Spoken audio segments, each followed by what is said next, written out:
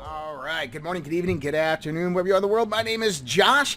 That is David Dubine. This is Red Pill Project's Conversations on the Fringe with you tonight. And we're going to be I'm telling you, we're going to have an amazing conversation tonight. We're going to be talking about galactic cycles, mini ice ages, political and weather changes, all of this stuff that's happening in the world. Why are they trying to hide these catastrophism events from us is the question. Because they're on a cycle and you wouldn't pay your taxes or invest and you wouldn't obey the rule of law. Once you knew another one was onsetting, there's nothing else to live for except the day. So why would you worry about 30, 50, 60 years in the future? You wouldn't. Typically, when we see fluctuations in extremes, when we see something that is relatively low or below normal, there's always going to be a compensatory mechanism that is going to come out of that at some point, especially if it's abnormal to normal behavior. So if we had so many solar cycles of sun's what we call normal behavior, and all of a sudden, like you just said, the last few solar cycles have been kind of like this subnormal, abnormal, very, very low. So you firmly believe that we're going to have these various large fluctuations within the solar maximum cycles? Well, it's possible we've reached the first peak out of the two for this solar max cycle. Mm-hmm. It just depends if that truly was the peak that we just rolled through and we're going to go into the next peak and then it drops off. It's an unknown, but a lot of physicists and astrophysicists, Piers Corbin, Dr. Abuzamatov at the Pulkovo Observatory, John Casey, Valentina Zarkova, and a list of others have said this one's going to peak early and we're going to drop off a cliff, and the average sunspots through this one will be far lower than anybody anticipated. So far, they seem to have been spot on. And that might be all sciencey and everything, but what it really boils down to is, can we grow food enough to feed the planet or not? Because we have 8 billion mouths to feed, and as these climate systems shifts and the atmospheric precipitation pattern change based on where jet streams are going to bend or not, then it's going to be more and more difficult to grow the food with the onset of early blizzards and the late let out from spring into our planting seasons.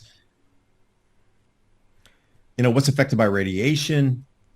You know, seeds themselves, you know, they're affected by radiation too. They've done an enormous amount of experiments on different electrical inputs into the seeds before they're planted, and they come out with a different species. Although it's the same subspecies, it'll come out with different leaf count, different amount of flower head count, a different amount of ear corn count. They've done countless experiments on this.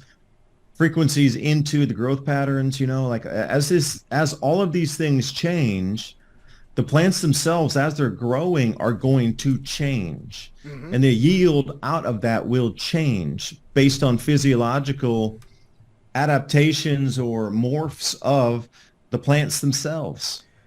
So as you try to put this into a whole, try to explain this to the average person on the street. And, 2 minutes into our conversation when we first started, you would have lost them. Now, to really try to put this into perspective, like, don't worry about your retirement fund, because it's not going to be there, because the earth is going to shift so gargantuanly in the next 3 years in terms of radiation, magnetic field, and then physical bolides rolling in from space, hitting the crust of our planet here, hitting the surface of our planet.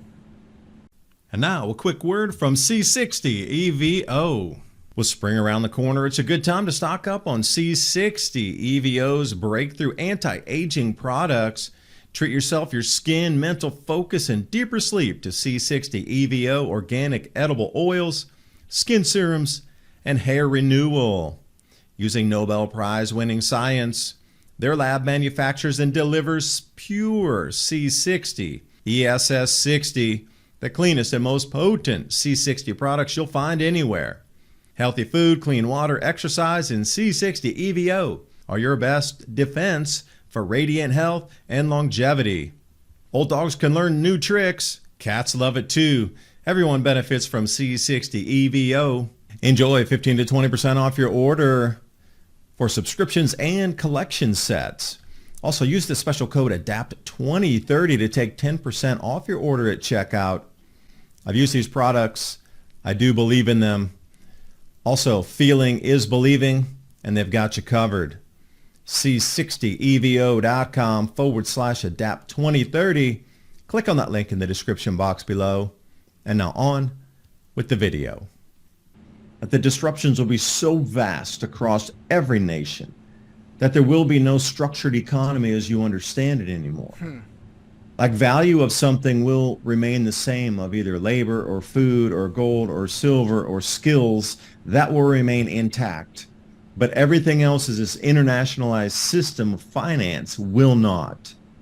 There might be pockets of it that remain, pockets regionally. But then again, those pockets are going to disassociate for a while until they come back into some sort of larger global type of system. But to try to tell somebody that and get them to just continue going through their daily lives, and a lot of this financial system built up, I really believe that part of the reason that we're not being told or haven't been told about this is to keep the financial system intact enough so the globalists can continue to use the supply chains to prepare for what's happening. Because if we all knew this 20 years ago, the economy right now would not function. There'd be the global economy would have been a shred of itself after 2005.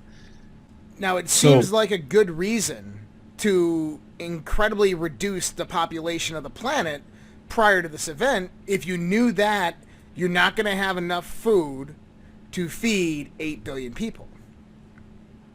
Yeah, because hungry people have overthrown every single government throughout history, bar none. That's the number one thing that everybody understands. Hungry people overthrow governments every single time.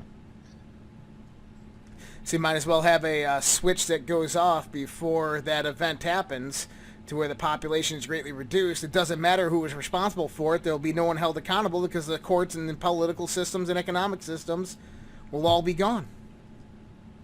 Yeah, especially as you roll through these changes. Because you have to think about, if there's 8 billion people now, and there's still a couple of years left before we go into the magnetic anomalies, the UVB radiation changes next year, people are going to get angry enough to be able to topple governments if there's still that many of them around during the changes itself. And these actual physical manifestations of energy on the planet. I'm curious. We talked a little bit about mud floods. There's a vast tunnel system throughout this entire planet. New York City, Portland, France, all throughout Turkey. And these tunnel systems, they say, are a few thousand years old, but artifacts have been pulled out of these things that are 20,000 years old. And some of the ones, especially the ones under Turkey, can house hundreds, if not thousands upon thousands of people. Do you think that this was prior knowledge from another civilization on this planet that took preparations, built these tunnel systems to survive what was coming? I think we are reusing quite a bit of the older cultural layer remnants. Now, I'll tell you a story myself. I went to the Czech Republic, and we went out, if you're in Czech Republic, Prague's way out east.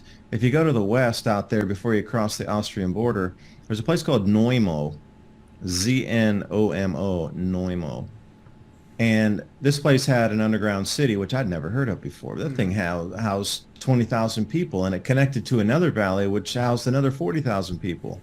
This is all through the vineyard area. If you're into white wine and you want to go to Neumo, check it out. Super amazing town. Like, the tunnel systems under there were vast, but they were also saying that they got in there and they added to it, but the initial construction of the underground had been there for time immemorial. So yes, I am saying that we are going to reuse some of the previous cultural layers, and you always have to wonder, like, how is it that just like a whole city got covered in dirt or mud, and then we just built right on top of it? Because the old established way that things continued from, say, the Roman era was, we just built on top of their cities. Right. Well, that makes no sense. Are you going to tear every single bitty building down in a city and then build on top of it? No. The only reason you would build on top of it is because it was either completely buried, partially buried, and then it was a rework type of construction. Because when you see all these buildings where they cut in the second floor as the door, meaning that entire first floor was buried with mud, it wasn't worth the time to dig it out. Let's just build on top of it. Well, that's which comes back to your mud flood again, or global liquefaction event, as I'd like to term it. Yeah, and we have massive monuments all throughout this world which were buried in mud. I mean, all throughout the planet, as in a whole new layer of soil 20, 30, 40, 50 feet, 60 feet, recovered the whole planet. How does that happen? There's 3 times more water in the crust of the planet than there are on all the oceans, rivers, and lakes combined on the surface that we see as we map out on our maps and we look at world maps of lakes, rivers, and oceans. So if there was what we were talking about, pressure differences, that would ooze from beneath the crust, which gives credence to Noah talking about when there were massive water jets, 3,000 feet tall, spewing from within the earth outbound. So again, is it a toothpaste oozing kind of mud event? Will it be sand in some areas? Absolutely, yes. I'll tell you a story here. If you follow the New Madrid earthquakes, there was a New Madrid earthquake that, just ripped apart the center of the United States in the early 1800s. There were sand volcanoes and sand emissions so dense across such a vast area. It took them about 60 years to clean it out and get back and flatten those crop fields and the farm fields again to be able to do agriculture. But there was huge 20 to 30, 40 foot deep areas of just sand shooting out of, west of the Mississippi through Missouri, etc. So yeah, there's absolutely things that could, but how would that be disguised? So let me ask you a question, Josh. Yeah. So this event happened, how would you disguise it and use a different effect for the cause to, get people to look that way and not look at the true cause of the event? I always look at narrative control as multifactional in the sense that, starting rumors of weather manipulation and we're talking about the New Madrid earthquakes, right? Mm-hmm. Right. I mean, you could weather manipulation, conspiracy theories, blaming it on the government, these types of things is a distraction that keeps people's minds in a different direction, as well as various different things occurring geopolitically during that time, especially like what we have going on right now, Russia, Ukraine, and China. This is the ultimate distraction. Or just what we had a few weeks ago, balloons in the sky. Don't look up. Oh my goodness, are they UFOs? I don't know. They could be. This is what happens. We just had a major earthquake in Turkey, 6.9, at the same time that these balloons are occurring over our skies and people are looking up instead of looking what's happening with the earth. As well as we had various different earthquakes around the planet at that same time that nobody was even paying attention to. Yeah, I'll say something about the earthquakes. This is my newest research that I'm doing. I'm trying to present my findings here. If you understand the onset of this grand solar minimum / onset of either once in a 2,000-year or once in a 400-year event, because these 400-year events wrap themselves in sets of 5 into the 2,000-year cycle, but then those wrap themselves into the 4,000-year cycle, and we can continue upward in terms of cyclicity. 25,000-year cycle times 4 is a glaciation cycle. So wherever we sit in that whole overlapping of cycles on top of cycles, more powerful cycles overlapping, it seems that since about 2019, there's been these clusters of earthquakes as Earth passes through the middle of what we will be in the magnetic anomaly at its strongest point in 2024 October. Now, the four gas giants have slowly been working themselves, and they're going to be a perfect square from the visual reference from the Earth, October 23rd of 2024. But these gas giants are slowly moving into their magnetic field interlooping phases. Each year it's been getting more intense. But as the Earth rolls through that, there's been these clusters of earthquakes since about 2019. And you get 4 or 5 really large ones, 7.0 plus times 4 different events, all in a window of about a month to a month and a half.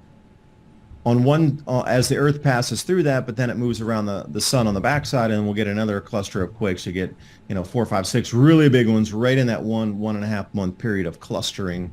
As the Earth moves through this magnetic window, is what I'm calling it. And we just passed through that magnetic window. Was January, February, March is the magnetic window of this particular. And as we move around the backside of the sun, we'll come through it again. But, the realization of the largeness of the quakes as we transit through, and you get these large quake clusters as we move through the magnetic window, and that magnetic field in the outer solar system is going to intensify quickly because we only get one more loop through it on the backside of the sun, and then those planets are going to swing in, and they're going to really start, looping in on themselves on a new toroid field out there. And as we loop through this, we get 3 more passes through the intensifying magnetic field until we hit it. 2 looping fields on themselves, 2 looping toroids, and we're going to pass right through the center of that. There's a term for it called the block wall in German scientists. When 2 looping fields come in overlaying on themselves and you get into that kind of Bose headset cancellation. Now, it's not a field, it's not an audio wave, it's a magnetic canceling wave. Same principles apply. It's called the block wall or the blosh, depending on how you like to use the accent with that. We're going to go rolling through that in 2024 in October 22nd, 23rd, somewhere around there. So this is really what I'm wondering is, are we going to come to a zero magnetic field point there where resident fields in the human brain are going to cease, and we're going to either get a download or a full insanity mode on the planet? But at the same time, how's the crust going to adjust to that, and what types of subside raising out of are we going to get off the crust of the planet's surface here? So, you got to realize it's about 1.5, almost 2 years, or a little less than 2 years away.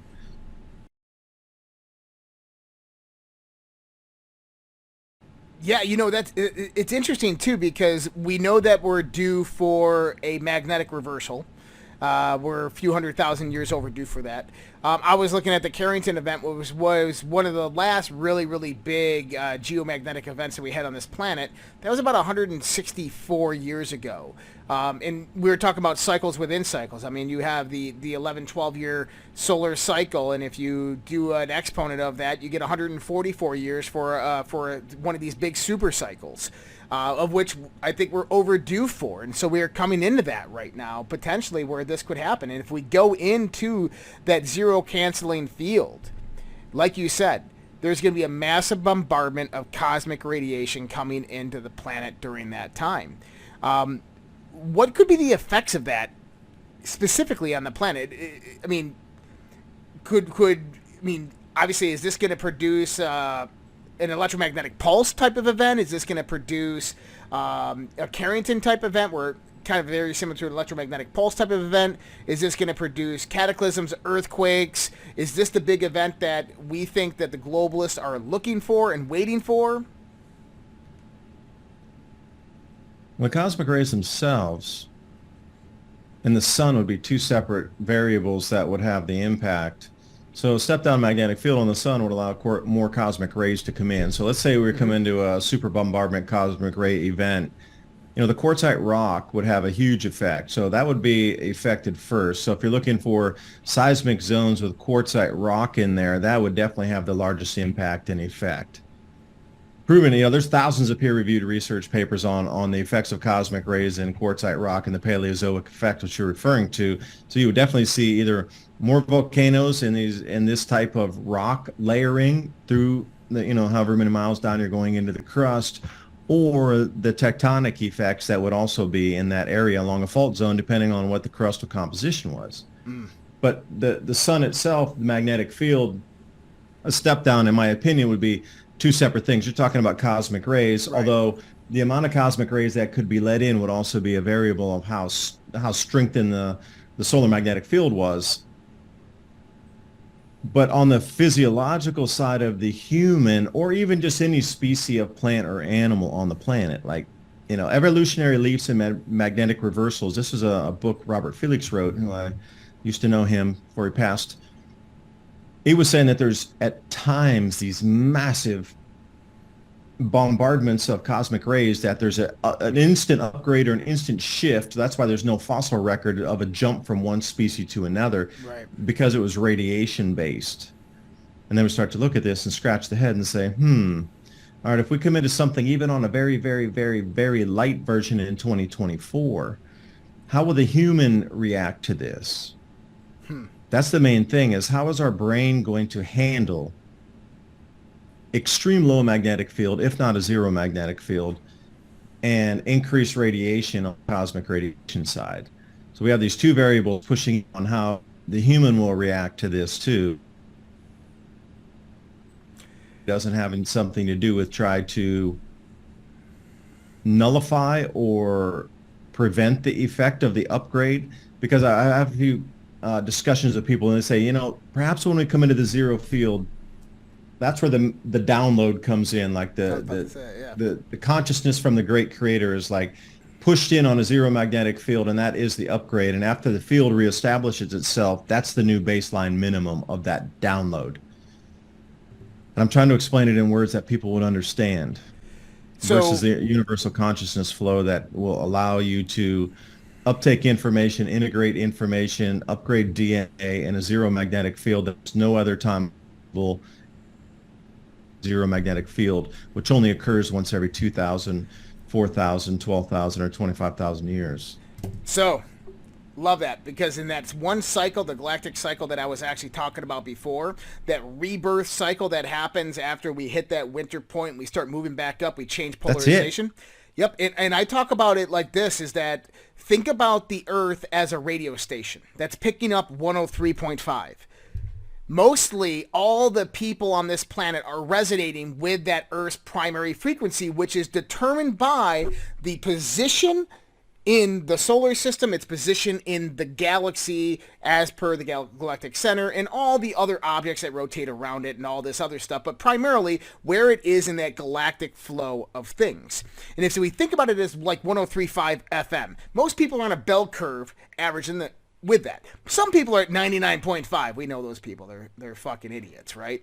Some people are at Hard rock station. Right. Yeah. Some of those are 105.3. Some of those are 107.9. The people at 105.3 and 107.9 been sitting here going, you guys don't get it, man. There's a whole new world out there. Consciousness, reality. You got to look and expand it. And we're the ones going out there in exotic technologies. We're the ones out there looking at conspiracy theories. These people at 103.5 are sitting there going, what the fuck are you guys talking about, man? This is all crazy stuff.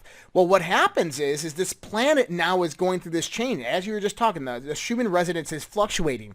I seen sometimes even in the 60s and the 70s, is that the frequency orientation of this planet, the cosmic microwave background radiation, is becoming more and more resonant with our DNA. And I believe that evolution was specifically built into the universe. It only makes sense. And as we transit this galactic cycle, as we go from one polarity to another polarity and back up again through the various points of density, our DNA starts resonating with the new signal or frequency as the progression of this occurs. And that we move from this 103.5 baseline bell curve to this 105.3, the planet does, and consciousness, all the conscious beings on the planet begin resonating with that new conscious frequency as it rebirths and restarts all over again. And a lot of people just won't make it because they don't have the mental, the spiritual, the physical capacity.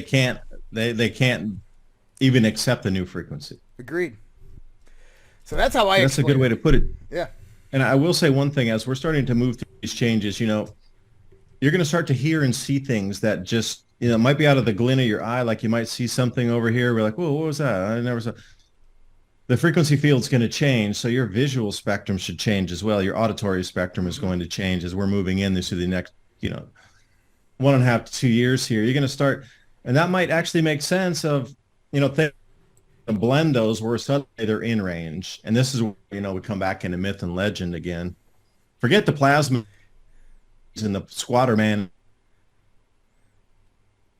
He's standing in front of you that just came into visual frequency that you're able to see it, and you will understand what a lot of these ancient stories were about. 100%. This is what our ancestors have been trying to talk to us about, teach us about for the longest time. One of the last things I wanted to talk about is Antarctica. There's a lot of activity going down in Antarctica. Multiple countries have various different treaties down there. Do you think Antarctica is the ark that they're building under the ice to wait out this cataclysmic event? I think there's multiple points across the planet. Look at Svalbard, the seed repository. So maybe they're trying to split it up. Okay, you take the northern hemisphere, we'll do the southern. One of them will survive. Right. But I'm unequivocally saying that this year there's going to be a catastrophic ozone depletion. The way it can be explained simply with science is the Hunga Tonga eruption in January of last year sent 10% more water vapor into our atmosphere in one single day. So we had 100% of precipitable water or clouds or things that could make rain in the atmosphere. And that eruption added 10% to the global total in one day. Now, a huge amount of that in the initial blast went up 30 to 50 miles into the mesosphere, which is above the stratosphere, above the ozone layer, above where the most of the weather occurs down here in the troposphere. That layer is a desert layer. It is so dry, it's one of the driest layers until you proceed up into, you get up toward the ionosphere, the upper reaches where it turns into space. Now, this water ejected into there formed these huge, massive, unbelievable amount of ice crystal clouds in the mesosphere. The only problem with that is that's where ozone breaks down in either a chlorine reaction or a bromine reaction occurring on the ice crystal surfaces. The more of those ice crystals there are, the more ozone can be broken down. So you're taking an O3 molecule and stripping off one of the oxygen atoms and recombining it into a chlorine. You get like a ClO variant or a BRO variant, a bromine oxygen variant. And the more ice crystals there are, the more this catalyst can occur. So the more ice crystals equals more ozone breakdown. Now, since 2000, the year 2000 was the lowest and the largest the ozone hole ever was. So the 30 million square kilometers. And if you look at these really wide ozone hole periods, you'll find dropping off a cliff, catastrophic drop off in quote unquote ecological terms of Antarctic sea ice. There is a direct equation on how much UVB gets through there because of depleted ozone on the massive melt of the sea ice. We are going to go so far beyond anything that has ever been measured in terms of ozone reduction and depletion because we are at like a 50 sigma event of the amount of ice crystal clouds in the mesosphere. Now, that's just the science explaining why there's going to be runaway sea ice loss in the southern hemisphere, which they'll probably try to blame on global warming or something. But it's truly that. There's just more UVB that will be allowed in because there's not as much ozone. Well, the part two of that is the UVB is going to just ravage crops across the southern hemisphere. Now, my whole report in January on the opportunity cycle report, which I do also consulting for the dairy industry, they were asking like specific crops in specific regions. So barley will be massively affected by this. And barley is not, a huge global crop like corn or wheat. So barley losses at a minimal level equate to massive rises in food fodder for animals. Because a lot of the barley is used for fodder. Some of it's used for malting barley. Some of it's used for, like us to make breads and different kind of products that come into a supermarket. But the lion's share of that is for fodder for for dairy or any types of animal husbandry where that food silage is required for that. With the wipeout of that and a reduction of at least 40% globally, you're going to watch the prices of barley spike, but you're also going to watch a huge repercussion in animal husbandry get whacked at the knees too, because the input for the feedstock on that is going to reduce whatever output of whether it be milk, whether it be cheese or meat or whatever it is down that and wherever that heads to. That's just one example of what's going to be affected, but overall plant species in general, and also you're going to be looking at altitudes on where these are. So a ground level at zero at sea level will not have the effect that it would up at, say, 500 feet, 1,000 feet, 1,500 feet, 2,000 feet in altitude. The higher altitude you go, the more your crops are going to be wiped out. Then you start to have to look at the altitude where crops are being grown in the southern hemisphere, major crop grow zones in which countries, and then you get the UVB. And then I'll loop you back into, then you can start to look where the outbound field flows are or the outbound current flows are in the southern hemisphere. And you're like, whoa, you're telling me the largest grow zone in Argentina and Brazil, we're already being affected greatly by the current flow outbound bending weather systems there. But now they're going to get this massive UVB damage. And also Western Australia has another outbound current flow that's really been affecting crops. So we're looking at two major grain belts in South America that were previously affected just by the electrical activity of Earth discharging the overcharge bending the weather systems there and affecting crop production. But now we're going to get into these massive UVB crop losses from radiation damage on the plants. The food shortages are coming, and I've been saying this. Well, when I was really going into this last year with the fertilizer production decreases because of the Russian sanctions, I knew that was it. Right when they hit all the countries and said, you need to stop producing fertilizer because we want to penalize Russia, I was like, that's it. We've rolled over the edge there. And they're trying to disguise the crop losses now to the point where we're coming into a global famine. Most governments would be toppled during the famine time. So there's going to be all these distractions since that. It's been less than a year and a half. And we sit at this point now where we're on the brink of a global war.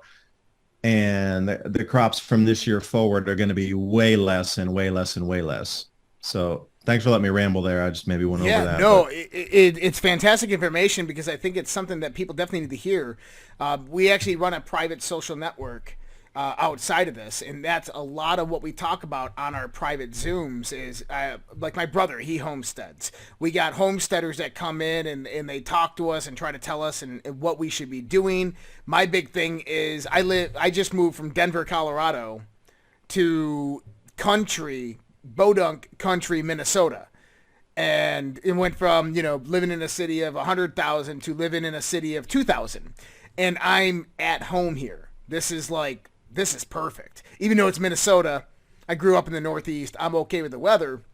But my next spot is in the next 2 months is to go buy 30 plus acres and then begin getting this ready within a 2-hour drive, because that's all I need, 2 to 3 hour drive from where I currently am, as well as having a community that can organize around it.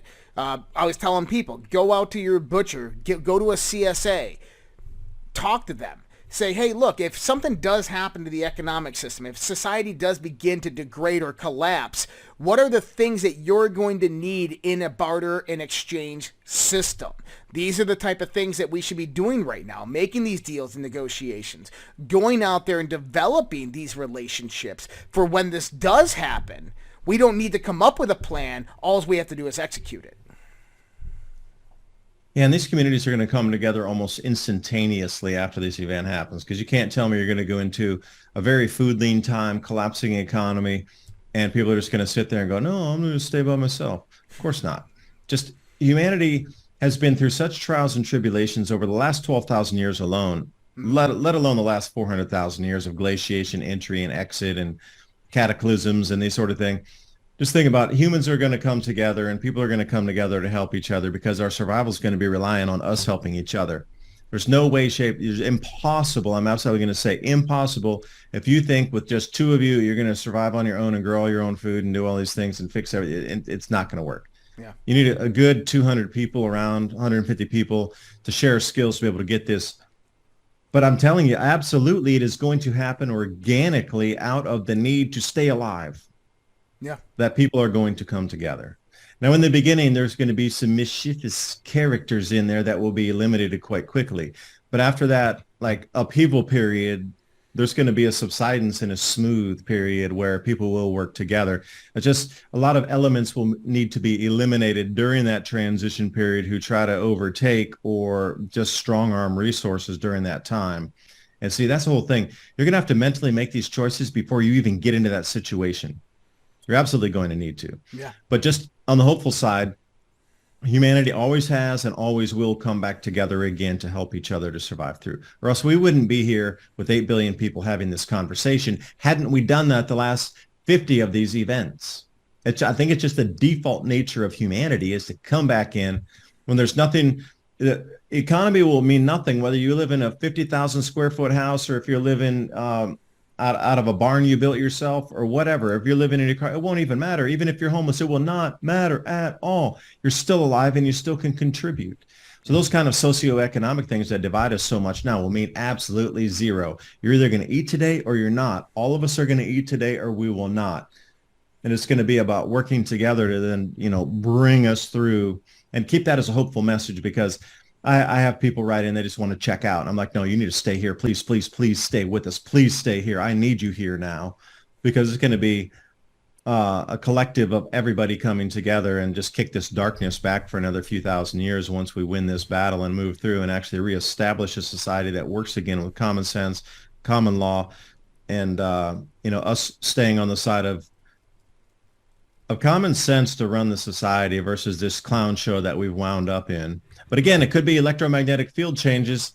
It seems like every establishment of history, you hear about it again, whether it's Lemuria or if you want to come to Atlantis. I don't care if you believe in that or not, but the stories remain the same. They came to the ultimate in tech. Their societies dissolved because of immoral behavior and non-commonsensical, undercurrents throughout the entire society, and it just broke apart, ripped and shredded. Now, can we learn something from that alone as we sit in that exact same position today of three previous supposed civilizations all came to their demise under the same exact circumstances, and we sit in the same exact circumstance, but we refuse to acknowledge it? Spot on, man. I'll tell you, quite a few years ago, over a decade ago, I was told specifically that there's something coming and to survive and to help others survive. Don't try to stop it. You can't stop it. Don't try to interfere with it. You're not going to be able to do anything. Just survive. Because the most important part is being there for humanity after this happens, because people are going to be needed with critical skill sets, with leadership ability to bring back those who are shocked and weak and have no idea what to do, that lack the skills necessary to survive, that people are going to be needed to rebuild society. And this is where we're at. This is where we are. This is where we're at now. We're here. We're at that point. Yeah, no, we're going to go through the juncture of all these changes here. So, there's only three events that are left to happen before, like, the reestablishment of a new world is, the first one will be this catastrophic ozone loss at the end of the year here. Second, in a very short year following that, we're going to come into this magnetic field anomaly in 2024 as the Earth passes through two looping toroids. After that, the Earth's going to swing out in front of the sun, and whatever's out there, all the gravitational pull from the sun and everything in the entire solar system is directly behind us. So we're going to get whacked with a huge amount of debris. But as we swing back past the sun, then it's kind of it. That's it. The chapter's over. We know that is the chapter of reset. I'm just wondering, all these communities will establish themselves, and, autonomy will be the name of the day. But I'm just wondering when these elitists are going to pop back out from underground with their digital whatever and say, oh no, you were too free, you got to come back under the control system again. It's not going to be immediate. I couldn't really see them in terms of globalists as we understand them today trying to reassert control until past 2030 or so, when communities are still going to need to move through these changes and actually have thriving economies and thriving populations before the control net can be thrown over again. Because a world that is struggling to survive will not accept anything that will interfere with their food growing ability or their ability to trade with others, or their ability to refine their water or hunt or have their own, basic life needs met. Told you can't do that. That's against the law. Nobody will accept that. Mm-hmm. In a struggling new reemergence of humanity, it's going to have to get strong enough before it can be coddled under the wing of control again. So I would say a good 10 years past that. So if we're going to rock into all these events, I would say 2032, 2033, these snakes are going to pop back out from underground and try to reassert control, because there's going to be strong trading communities by that point. This whole thing, and I try to come in with a positive thing, because it won't take but a minute for us to realize the plight we're in, and it's going to take about 3 seconds after that before we organize again. And within a couple of weeks, you already got your food growing back up and running. So it's not like the world's going to collapse and we're going to sit in some Mad Max world where nobody's going to help each other. It's going to be, I think, completely opposite of the brainwashing and messaging that we've gotten out of Hollywood. Like after these post-cataclysmic events, there's all these rogue people running around trying to kill each other, and nothing is functional at that point. I think it's going to be the complete opposite, where once we get into this duress situation, we're going to start helping each other immediately, and we're going to come out with the most thriving communities that we have ever seen after this. But then once it reaches that pinnacle of off complete systems of complete autonomy, again, off of any government teat, for a better term, they're going to pop back out and go, no, you got to get back on the government teat again. You need to start buying this. You need to start paying taxes. You need to start doing this. But it's going to be a fair minute until that happens. That's what I Yeah, say right. to Like, well, we still got ammo, bro. I think that we've already plugged their air holes. So, we've already plugged their air holes in their underground little houses there. Hopefully, at least by that time. David, this was a fantastic conversation. I'm actually excited to have you back on again here in the near future. This is going to be fantastic. Your website is oilseedcrops.org. Is that correct? It is. I used to do plantation byproducts that could be then changed into biodiesel. So I would go and follow different types of plantations, and after their initial harvest, what was left over in terms of seeds or this type of thing that could be produced into biodiesel. Now, since that, I haven't really been posting too much. I've been really focused on the Mini Ice Age Conversations podcast to get this content out in long form, and the Adapt 2030 channel. It is on YouTube, yes, but it's also on Rumble, and I have the program over on Brighteon TV. Yep. I have a channel on BitChute. I think there's like 20,000 subscribers over there. But it's just trying to get the message out to have conversations like this. And Josh, I'm so glad that we had this, because it gives people, I want to start the conversation, and so do you. It's not about vilifying anybody. It's about, we got a big problem coming in. Not a lot of people are talking about it, and all of us are going to be the solution. It's not going to be a solution. It's going to be a combination of solutions where everybody inputs to find the final outcome of how we can survive through this. Not only just survive. I don't just want to sit here and survive. That's not unacceptable. I want to survive, thrive, and turn this planet into that utopia and that golden era that we all dream of and have heard about for thousands of years, which is going to return. I'm part of that. You're part of that. And that's what we should manifest if we're going to manifest anything. 100%. David Dubine, thank you so much for joining us tonight on Conversation on the Fringe.